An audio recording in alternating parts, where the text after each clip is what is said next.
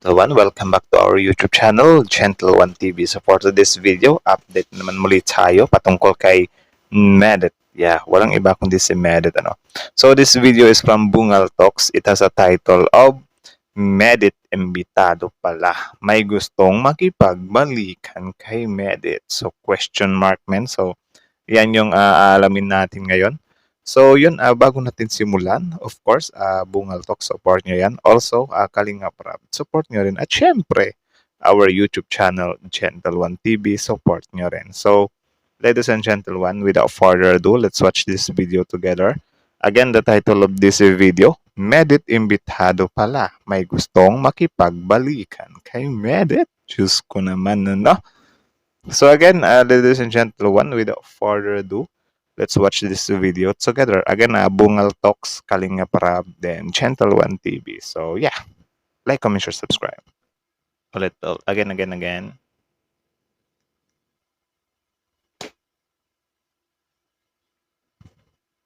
Medit may Nako, nagpaparinig yan ang di abay. umano sa kanya at tila may gustong makipagbalikan mga kaibigan. Well, sino na naman kaya ito at ano ba talaga ang So totoong sino kaya pakay yung kay Medit nagpaparinig? mga kaibigan Yan yung at yan ay aalamin natin atin ang ngayon. malalaman mamaya. Okay, Bungal Talks, speed it out. English eh.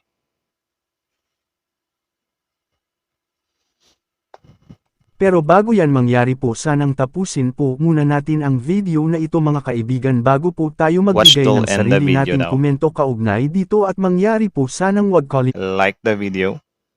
kalimutang mag-like sa video na ito mga kaibigan. Isang mapagpalang araw po sa ating Yun. lahat mga kaibigan at muli ay welcome back ulit sa ating munting YouTube channel. At syempre maraming salamat po sa walang sawang pagsuporta sa ating munting YouTube Of channel course, at the higit sa father lahat and sa son of mag-amang Kalinga, matubang na si Kuya Bal Santos at Kalinga Matubang at Prab. Kalinga Prab. Huwag niyong kalimutang suportahan din yan, guys. So, alam niyo na. So, yeah. Like, comment, share, subscribe.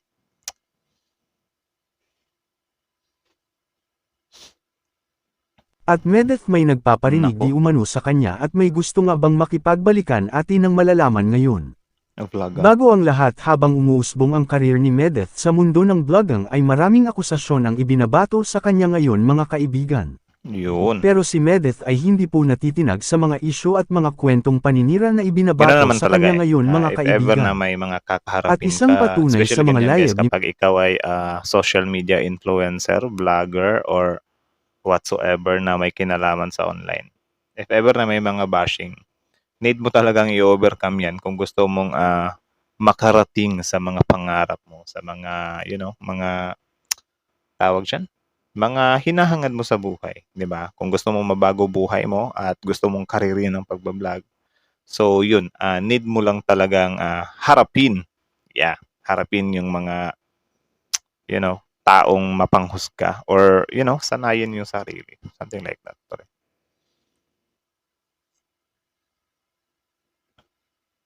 Medit kung saan makikita po natin na masaya si Medit sa kung Yun, anong meron especially siya at kung vlogging. ano ang takbo ng kanyang YouTube channel niya ngayon mga kaibigan.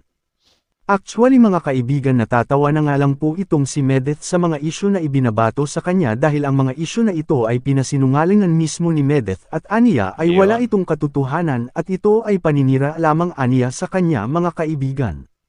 Samantala naging maugong ang usap-usapan ngayon dito sa nakaraang ka-love team ni Medit na si Yun. Kalingap Dan na di Bakit umano ay nagpaparinig? nagpaparinig nga ito sa Ano kanyang yan, live hindi mga pa kaibigan. nakamove on.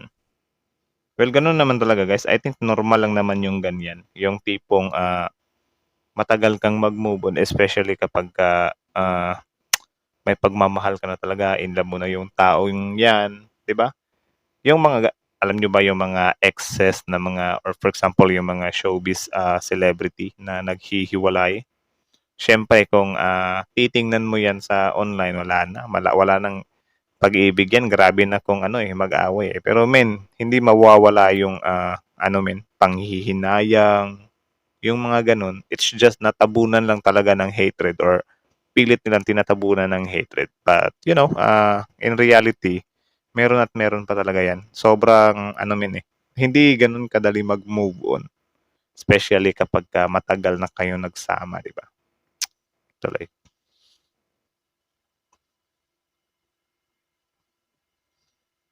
Ayun nga po sa caption at sa titulo ng video ni Kalingap Dan ay parang may sinasabi po ito mga kaibigan na namiss na niya itong dati niyang ka-love team na malamang si Medeth mga kaibigan. Well, hindi naman nakakapagtaka Di na ba? mamiss niya si Medeth dahil kahit paano ay may pinagsamahan naman silang dalawa kung saan kahit minsan ay naramdaman ni Kalingap Dan Kaya na maging kayo, if masaya ever na may kasama ang mga dati exes niyang din ka-love team kayo, na si huwag Medeth niyong mga awayin. kaibigan. Kung hindi niyo matanggap na naghiwalay na kayo, wag na lang kayo magsalita. 'Di ba? Kasi pangit yung ganun men eh. Yung nagmahala naman kayo, may ano kayo, may mga may mga ginawa kayong masarap, mga thrill na mga bagay, mga travel experience or whatsoever, 'di ba? Wag na lang nating kung if ever na talaga, hindi talaga kayo para sa isa't isa. Wag na lang siraan yung isa't isa. Mas maigi i-block na lang, 'di ba? Kasi pangit na yung ganun eh. Para naman talaga kayong walang pinagsamahan, 'di ba?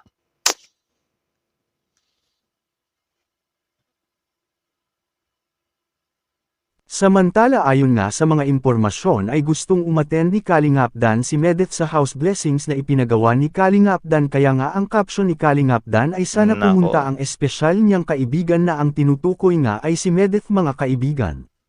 Actually sa katunayan mga kaibigan bago pa man umalis at magpasya si Medeth na humiwalay bilang isang beneficiary at Kalingap Angels ay imbitado na talaga siya sa magiging house blessings ni Sir Dan sa kanyang pabahay mga Kayo, agree ba kaibigan. kayo na pumunta pa si Actually Medit wala doon namang or masama hindi doon na? dahil okay Kami lang nga guys naman. baba. Ako, okay lang din naman. Okay lang din naman ang pumunta doon. Kasi syempre, yun nga, mas maganda yung yung tawag dyan. Walang samaan ng loob, 'di ba? Pero kung ayaw niya talaga, kung hindi naman pupunta, hindi naman ibig sabihin agad doon ay some kind nasaktan, bitter or whatsoever. It's just siguro may mga personal reasons lang din So let's just respect it too. Okay?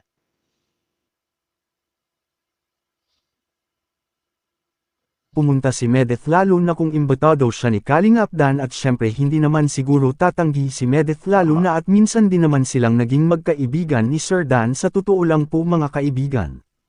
Well kung mangyayari man na a-attend si Medeth sa paanyaya sa kanya ni Kalingap Dan ay mas mabuti ito mga kaibigan dahil para maging mas maliwanag na sa lahat na walang sama ng loob si Sir Dan at Medeth sa nangyari sa kanilang tambalan at para ipakita na rin sa lahat ng Tama. mga taga-suporta ng bawat isa na maayos at mabuti ang kanilang Parang ano lang komunikasyon din mga siya man kaibigan. some kind Ikaw closure. sang-ayon Parang ka ba ganun sa ba? paanyaya So ni okay lang din naman siguro. It's just siguro respect na lang din natin kung ano yung gusto ni Medit, 'di ba? Kung pumunta siya, mabuti. Kung hindi, okay lang din, 'di ba? Something like that. So kayo ano daw masasabi niyo dyan? Comment down below. So yun, kita niyo naman yun. That video is from Bungal Talks, ladies and gentlemen. So supportahan niyo yan. Original video link in the description box below. Also, Kalinga Prab, don't forget to subscribe him too. At syempre, Gentle One TV. Like, comment, share, subscribe. Pabuti natin yan ng 20k subs. Grabe, sobrang solid eh. Sobrang lakas ng suporta. 16k na agad.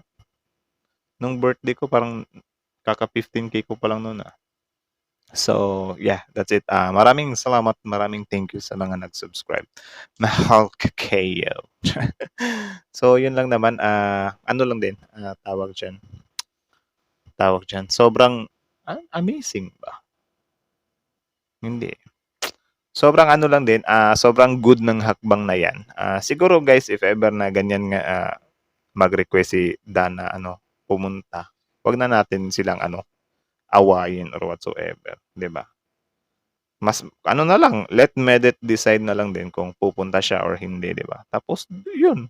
Tapos ganun, 'di ba? Kung pumunta, edi mabuti, kung hindi naman, edi respect, 'di ba? Wala namang problema dun eh.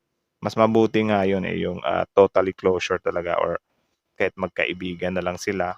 Pwede yung pa-bisita-bisita siya doon ng kahit once a month. Kasi if ever na magtagumpay yung vlog ni Medit, 'di ba? Of course, magkakaroon na siya ngayon ng cash. Cash.